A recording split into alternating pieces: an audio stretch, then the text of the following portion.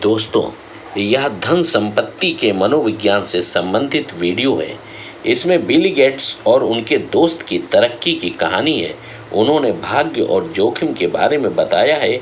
बिना इसकी किए हुए देखें, आप भी धन संपत्ति मनोविज्ञान के मालिक बन सकते हैं। भाग्य और जोखिम भाई भाई हैं। ये दोनों इस वास्तविकता का प्रमाण है कि जीवन में हर नतीजा व्यक्तिगत प्रयास के अलावा और अन्य ताकतों पर भी निर्भर करता है।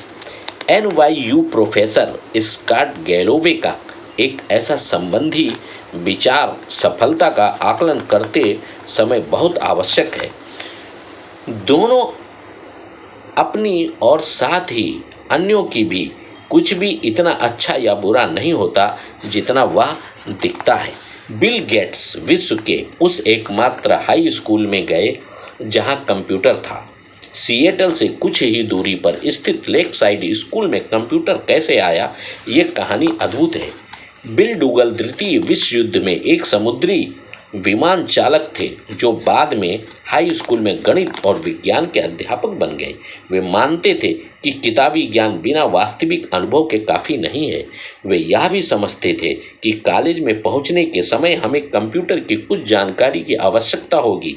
स्वर्गीय माइक्रोसॉफ्ट सह संपादक पॉल एलन ने याद करते हुए कहा था, 1968 में डूगल ने lake side school mothers club से निवेदन किया कि वे अपनी वार्षिक फुटकर बिक्री से होने वाली आय लगभग $3000 से एक टेलीटाइप मॉडल 30 कंप्यूटर लीज पर लें, जो टाइम शेयरिंग यानी समय सहभाजन के लिए general electric main frame terminal से जुड़ा हो।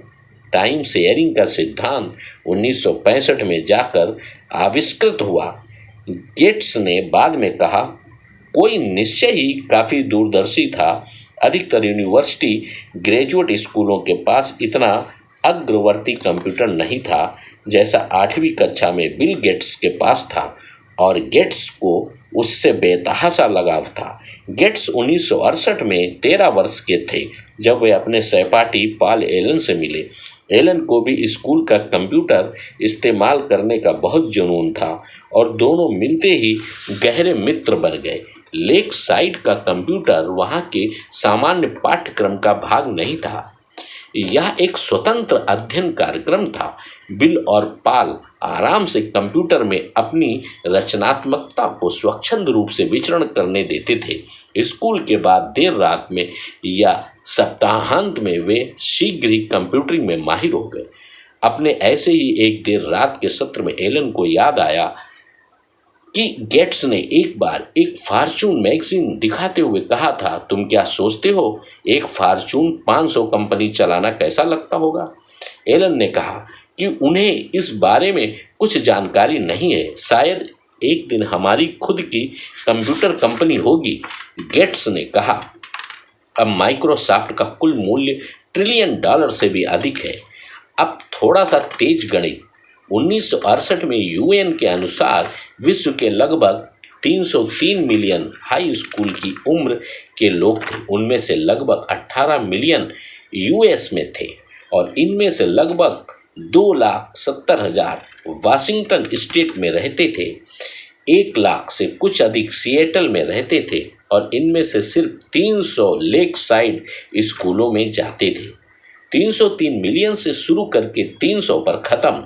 1 मिलियन हाई स्कूल आयु के विद्यार्थियों में से सिर्फ एक ने ऐसे स्कूल में पढ़ाई की जहां एक कंप्यूटर खरीदने के लिए पैसे और दूरदर्शिता का मेल था। बिल गेट्स उनमें से एक थे। बिल गेट्स भी इसे मानने से पीछे नहीं हटे। अगर लेक साइड ना होता तो माइक्रोसॉफ्ट भी ना होता।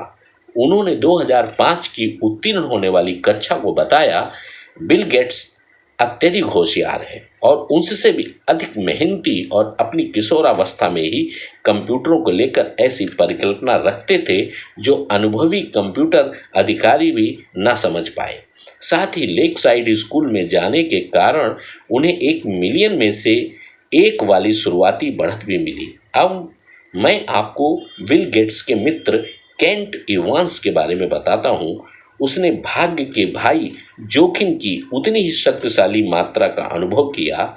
बिल गेट्स और पॉल एलन का नाम माइक्रोसॉफ्ट की सफलता के कारण घर घर में प्रसिद्ध हो गया, लेकिन लेक साइड में इन कंप्यूटर में विलक्षण प्रतिभा संपन्न हाई स्कूल किशोरों के गुट का एक तीसरा सदस्य था। बिल गेट्स और केंट इवांस 8वीं कक्षा में घनिष्ठ मित्र बन गए। बिल गेट्स के कथनानुसार इवांस कक्षा में सर्वश्रेष्ठ छात्र था। दोनों हद से ज़्यादा फ़ोन पर बात किया करते थे। बिल गेट्स ने इनसाइड बिल्स ब्रेन नामक वृत्त चित्र में याद करते हुए कहा था, मुझे अब भी केंट का फ़ोन नंबर याद है। उन्होंने कहा 525-7851। इवांस भी कंप्यूटर में उतना ही कुशल था जितने बिल गेट्स, और एलन लेक साइड स्कूल को एक बार कक्षा की सारणी बनाने में कठिनाई का सामना करना पड़ रहा था।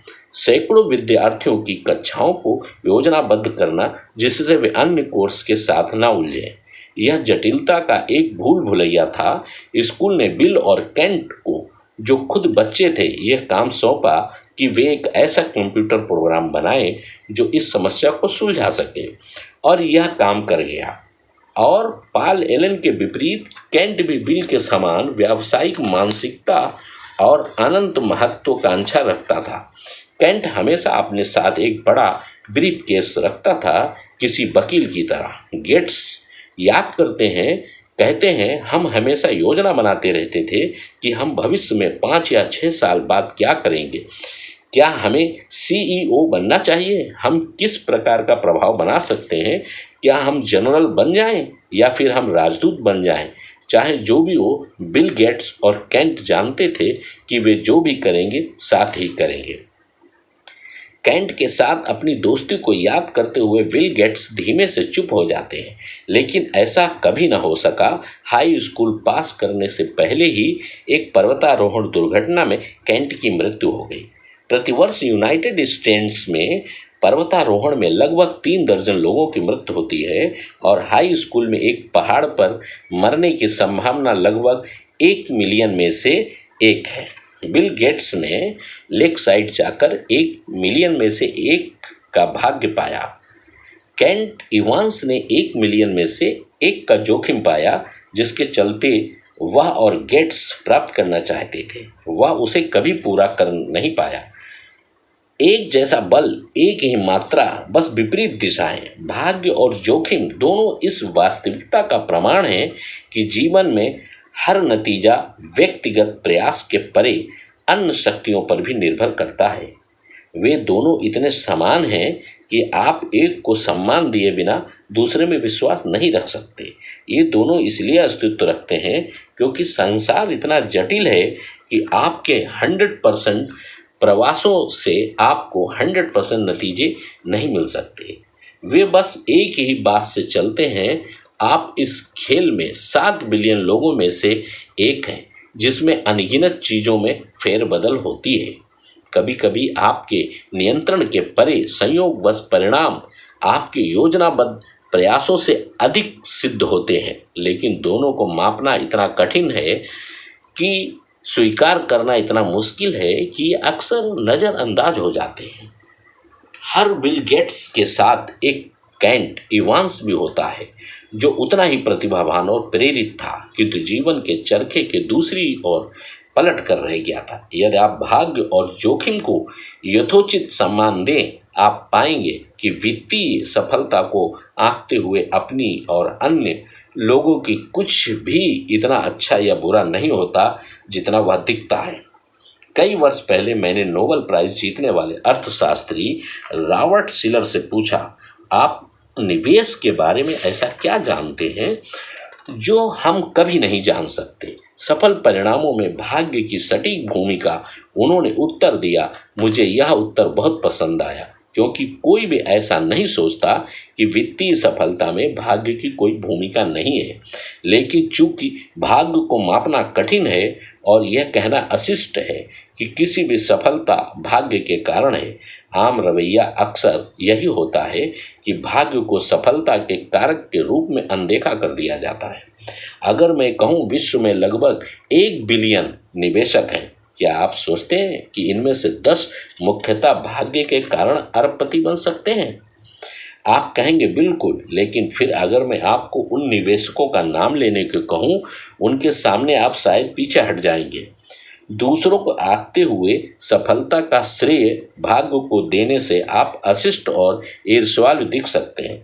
तब भी जब हम जानते हों कि हम सच हैं, और अपने आप को आंकते हुए सफलता का श्रेय भाग्य को देना इतना हतोत्साहित कर सकता है कि उसे महत्व देना या मानना कठिन हो जाए। अर्थशास्त्री भास्कर मजूमदार ने दर्शाया है कि कद और वजन से ज़्यादा भाइयों के बीच उनकी आय सह संबद्ध होती है। अगर आप अमीर और लंबे हैं, आपके भाई की अमीर होने की संभावना उसके लंबे होने की संभावना से अधिक है। मुझे लगता है कि हम में से अधिकांश लोग सहज रूप से जानते हैं कि यह बात सच है। आपकी शिक्षा की गुणवत्ता और आपके लिए जो अवसर के द्वार खुले हैं, वे आपके माता पिता की सामाजिक आर्थिक स्थिति से दृढ़ता से जुड़े होते हैं। लेकिन मुझे 2 अमीर भाई ढूंढ के दीजिए और मैं आपको ऐसे 2 आदमी दिखाऊंगा जो ये कहेंगे कि इस अध्ययन की खोज उन पर लागू नहीं होती। असफलता जो दिवालिया होने से लेकर किसी व्यक्तिगत उद्देश्य को परिपूर्ण ना कर पाना कुछ भी हो सकती है, की भी बराबर रूप से आलोचना की जाती है। क्या असफल व्यापारों ने उतनी मेहनत नहीं की जितनी करनी चाहिए थी? क्या वे निवेश बुरे सिद्ध हुए जो सोच समझकर नहीं किए गए थे? क्या निरंकुश कैरियर आलस के कारण होते हैं?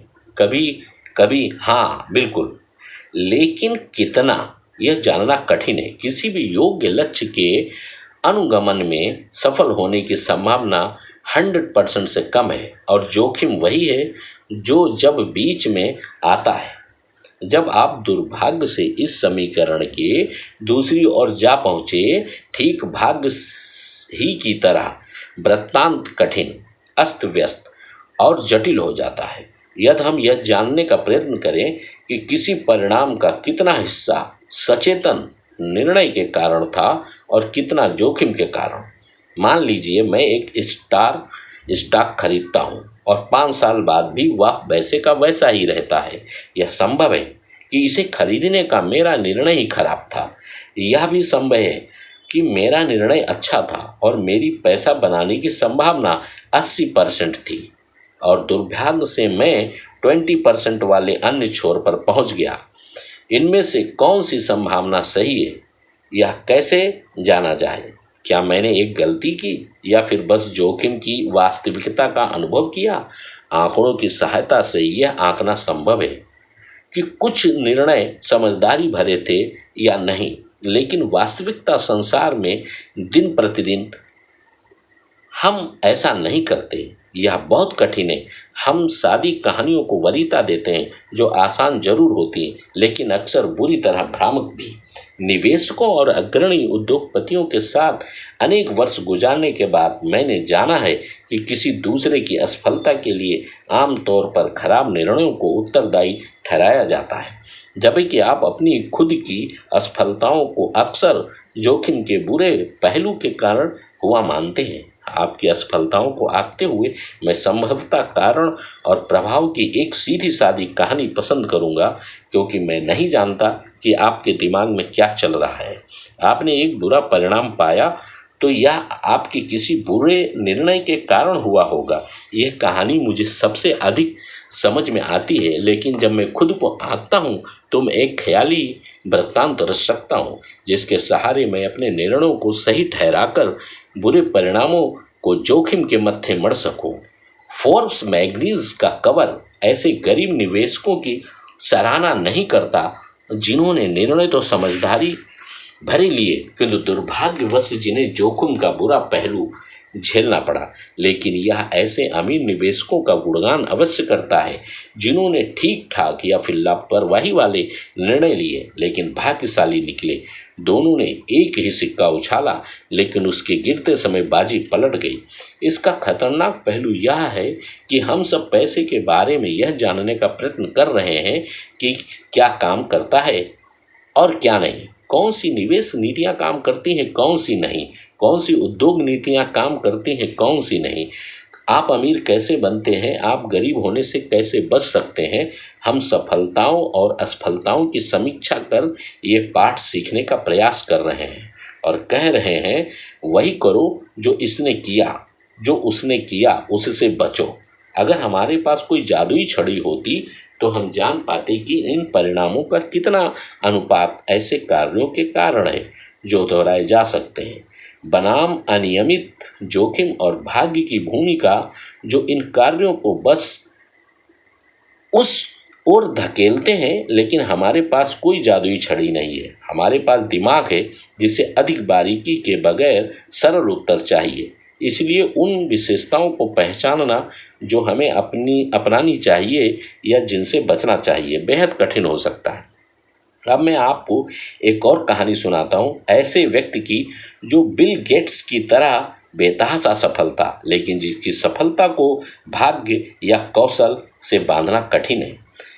कार्नेलियस वैंडरबिल्ट ने अपने रेल मार्ग साम्राज्य को विस्तृत करने के लिए बस कुछ व्यापारिक करार पूरे ही किए थे। उनके एक व्यवसायी सलाहकार ने आगे झुककर वैंडरबिल्ट को बताया कि हर वह करार जिसके लिए उन्होंने सहमत दी थी वह किसी न किसी तरह कानून को तोड़ रहा था। हे भगवान, जॉन वैंडरबिल्ट ने कहा, तुम्हें लगता है कि रेल मार्ग स्टेट ऑफ न्यूयॉर्क के कानून के अनुसार चल सकता है? बोले, क्या ऐसा हो सकता है? इसे पढ़ने के बाद मेरा पहला विचार यह था, इस रवैये के कारण ही वे इतने सफल थे। वैंडरबिल्ट के समय में कानून रेल मार्ग को अनुमति नहीं देता था, इसलिए उन्होंने कहा भाड़ में जाए और कैसे भी अपना काम किया। वैंडरबिल्ट बेतहाशा रूप से सफल थे, इसलिए उनकी कानून तोड़ने की आदत जो कुख्यात और उनकी सफलता के लिए निर्णायक थी उसे ऋषि ज्ञान के रूप में देखना लुभावना लग सकता है।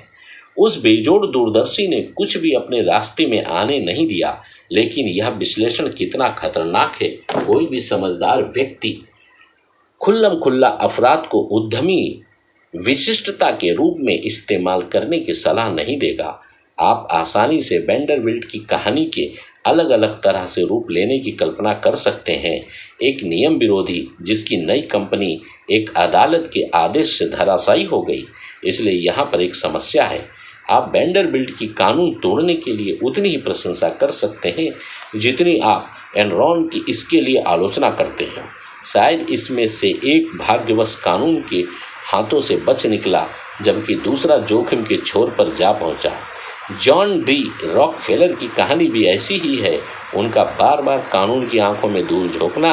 एक न्यायाधीश ने एक बार उनकी कंपनी को आम चोर के समान कहा था। इतिहासकारों द्वारा अक्सर शातिर व्यवसाय होशियारी के रूप में दर्शाया गया है। शायद वह था भी, लेकिन वृत्तांत तुमने पुराने नियम कानूनों को नवरचना के आड़े नहीं आने दिया से तुमने एक अपराध किया है। वे कब बदलता है? या फिर वृत्तांत को रॉकफेलर बहुत प्रतिभावान थे, उनकी सफलताओं से सीखने का प्रयास करो। से रॉकफेलर एक अपराधी था, उसकी व्यावसायिक असफलताओं से सीखने का प्रयत्न करो। मैं बदलने के लिए कहानी में कितनी फेरबदल करनी होगी? बहुत कम। मैं कानून की चिंता क्यों करूं? वैंडरबिल्ट ने कहा, क्या मेरे पास शक्ति नहीं है? उनके पास थी और उसने काम भी किया, लेकिन उन शब्दों की किसी ऐसी कहानी के अंतिम शब्दों के रूप में कल्पना करना काफ़ी आसान है जिसका परिणाम बिल्कुल अलग हो। निडरता और लापरवाही के बीच की रेखा बहुत महीन हो सकती है। जब हम भाग्य और जोखिम को उनका उचित लेखा ना दें तो वे अदृश्य हो सकते हैं। बेंजामिन ग्राहम अब तक के महानतम निवेशक, मूल्य निवेशक के जनक और वॉरेन बफेट के शुरुआती गुरु के रूप में जाने जाते हैं, लेकिन बेंजामिन ग्राहम की अधिकांश निवेश सफलता जीआईसी वो स्टॉक के एक बड़े भाग का स्वामी होने के कारण थी, जिसने उनके खुद के अनुसार उस वर्ग विविधीकरण का नियम तोड़ के रख दिया, जिसे ग्राहम ने खुद अपने प्रसिद्ध मूल ग्रंथों में लिखा था। यहाँ निर्भीकता और लापरवाही के बीच की महीन रेखा कहाँ स्थित है, मुझे नहीं पता। ग्राहम ने अपने जीईआईसी ओ बेंजम के बारे में लिखा, एक भाग्यशाली मौका या एक अत्यंत समझदारी वाला निर्णय। क्या हम इनके बीच का अंतर बता सकते हैं? आसानी से नहीं। इसी प्रकार हम सोचते हैं कि मार्क जुकरबर्ग प्रतिभावान हैं क्योंकि उन्होंने याहू के 2006 के $1 बिलियन में उसकी कंपनी खरीदने के प्रस्ताव को अस्वीकार कर दिया। उन्होंने भविष्य को बूझा और अपनी बात पर डटे रहे, लेकिन लोग माइक्रोसॉफ्ट द्वारा खरीदे जाने के प्रस्ताव को ठुकराने के लिए याहू की उतनी ही आलोचना करते हैं। उन मूर्खों को समय रहते पैसे बटोर लेने चाहिए थे। उद्यमियों के लिए यहाँ क्या सबक है, मुझे बिल्कुल अंदाज़ा नहीं, क्योंकि भाग्य और जोखिम की स्पष्ट व्याख्या करना कठिन है। इसके और भी कितने उदाहरण हैं। अनगिनत सौभाग्य लीवरेज का परिणाम है। सर्वश्रेष्ठ प्रबंधक अपने कर्मचारियों को जितना हो सके उतना बाध्य करते हैं। ग्राहक हमेशा सही होता है और ग्राहक नहीं जानते कि उन्हें क्या चाहिए। दोनों स्वीकृत व्यावसायिक ज्ञान है। प्रेरक रूप से निर्भीक और मूर्ख लापरवाह के बीच की रेखा की मोटाई मात्र 1 मिलीमीटर भी हो सकती है, जिसे बस प्रश्न दृष्टि से देखा जा सकता है। भाग्य और जोखिम एक दूसरे की कार्बन कॉपी है। यह कोई ऐसी समस्या नहीं जिसे आसानी से सुलझाया जा सके। जब हम वित्त प्रबंधन की शैली के बारे में सीखने का प्रयास करते हैं तो भाग्य क्या है, कौशल क्या है और जोखिम क्या है, यह पहचानना सबसे कठिन समस्या है। लेकिन ऐसी 2 बातें हैं जो आपको बेहतर दिशा दिखा सकती हैं। ध्यान रखें कि आप किसी प्रशंसा और सराहना करते हैं। इस बात का भी ध्यान रखें आप किसे नापसंद करते हैं और उसके जैसा नहीं बनना चाहते हैं। या फिर ध्यान रखिए, जब आप यह मानने चलें कि 100% परिणाम प्रयासों और निर्णयों पर निर्भर करते हैं। मेरे बेटे के जन्म के बाद मैंने उसे एक पत्र लिखा जिसका एक हिस्सा कुछ ऐसा था। कुछ लोग ऐसे परिवारों में जन्म लेते हैं जहां शिक्षा को बढ़ावा दिया जाता है, जबकि कुछ अन्य इसके विरुद्ध होते हैं। कुछ का जन्म समृद्ध अर्थव्यवस्था में होता है जहां उद्यमिता को बढ़ावा दिया जाता है, जबकि कुछ का जन्म युद्ध और अभ्यास में होता है। मैं तुम्हें सफल होने तक देखना चाहता हूँ और मैं चाहता हूँ कि तुम इसे खुद हासिल करो। लेकिन याद रखो कि सफलता हमेशा मेहनत के कारण नहीं मिलती और गर्वी हमेशा आलस के कारण नहीं होती। जब तुम दूसरों को और साथ में खुद को आंकने लगो, यह हमेशा ध्यान में रखना। इसलिए व्यक्ति विशेष और केस स्टडी पर कम और व्यापक प्रतिमानों पर अधिक ध्यान दें। किसी व्यक्ति विशेष का अध्ययन खतरनाक हो सकता है, चूँकि हम अक्सर चरम सीमा के उदाहरण लेते हैं, जैसे अरबपति सीईओ या वे जो बुरी तरह से असफल हुए, जो खबरों में रहते हैं। और चरम सीमा के उदाहरण अक्सर अपनी जटिलता के कारण अन्य परिस्थितियों में लागू नहीं होते। जितना चरम कोई परिणाम होता है, उतना ही काम उसके सबक को आप अपने जीवन में लागू कर पाएंगे, क्योंकि यह परिणाम उतना ही अधिक भाग्य और जोखिम की चरम सीमाओं से प्रभावित हुआ होगा। आप सफलता और असफलता के व्यापक प्रतिमानों को देख अभियोज्य बोध के निकट पहुंच जाएंगे। प्रतिमान जितना सामान्य होगा उतना ही अधिक वह आपके जीवन में लागू हो सकेगा। वॉरेन बफेट की निवेश सफलता का अनुकरण कर पाना कठिन है, क्योंकि उनके परिणाम इतने चरम हैं कि उनकी आजीवन उपलब्धियों में भाग्य की भूमिका संभवतः बहुत अधिक है। और भाग्य कोई ऐसी चीज़ नहीं जिसका विश्वसनीयता से अनुकरण किया जा सके। लेकिन जैसा कि हम अध्याय 7 में देखेंगे, यह समझना है कि जो लोग अपने समय पर नियंत्रण रखते हैं वे अधिक खुश रहते हैं। यह एक व्यापक और सामान्य अवलोकन है जिसे आप इस्तेमाल कर सकें। मेरे पसंदीदा इतिहासकार फ्रेडरिक लुइस एलन ने अपना कैरियर एक औसत मध्यस्थ अमेरिकी के जीवन को दर्शाते हुए बिताया। वे कैसे रहते थे, किस प्रकार उनमें बदलाव आया, आजीविका के लिए वे क्या करते थे, खाने में वे क्या खाते थे इत्यादि। इस तरह के व्यापक अवलोकन से अधिक उपयुक्त सीख मिलती है, बजाय उन चंद अतिशय शख्सों के अध्ययन से जो हमेशा खबरों में रहते हैं। बिल गेट्स ने एक बार कहा था, सफलता का एक खराब शिक्षक है यह होशियार लोगों को यह सोचने को लुभाती है कि वे कभी हार नहीं सकते जब सब कुछ बहुत अच्छा चल रहा होता है। इसलिए यह इतना अच्छा भी नहीं जितना आपको लग रहा है। आप अजेय नहीं हैं। और यदि आप यह मान लें कि भाग्य ने आपको सफलता दिलाई है तो आपको इसके दूसरे भाई जोखिम में भी विश्वास करना पड़ेगा, जो आपकी कहानी को तुरंत पलट सकता है। लेकिन इसे दूसरी दिशा में देखा जाए तब भी यह मान्य है। असफलता भी एक खराब शिक्षक हो सकती है, क्योंकि यह होशियार लोगों को यह मानने के लिए मजबूर करती है कि उन्हें निर्णय बहुत बेकार थे। जब कभी वे जोखिम की निर्मम वास्तविकता का सामना करते हैं, असफलता का सामना करने की तरकीब यह है कि आप अपने वित्तीय जीवन का इस तरह से प्रबंधन करें कि एक बुरा निवेश या एक अपूर्ण वित्तीय उद्देश्य आपको पूरी तरह से न झकझोर दे और आप फिर से भाग्य आपके पक्ष में होने तक आगे बढ़ते रहें।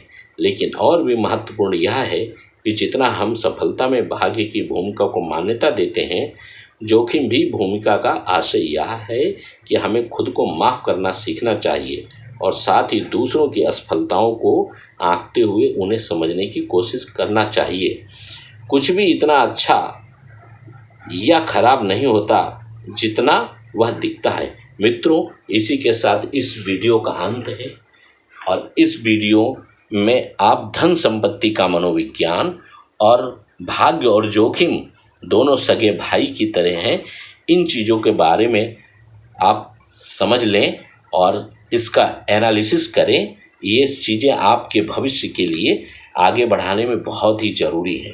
मित्रों, इसी के साथ इस वीडियो का आप लोग सब्सक्राइब करें, लाइक करें और आइकॉन का बेल दबाएं। सब्सक्राइब करना ना भूलें मित्रों।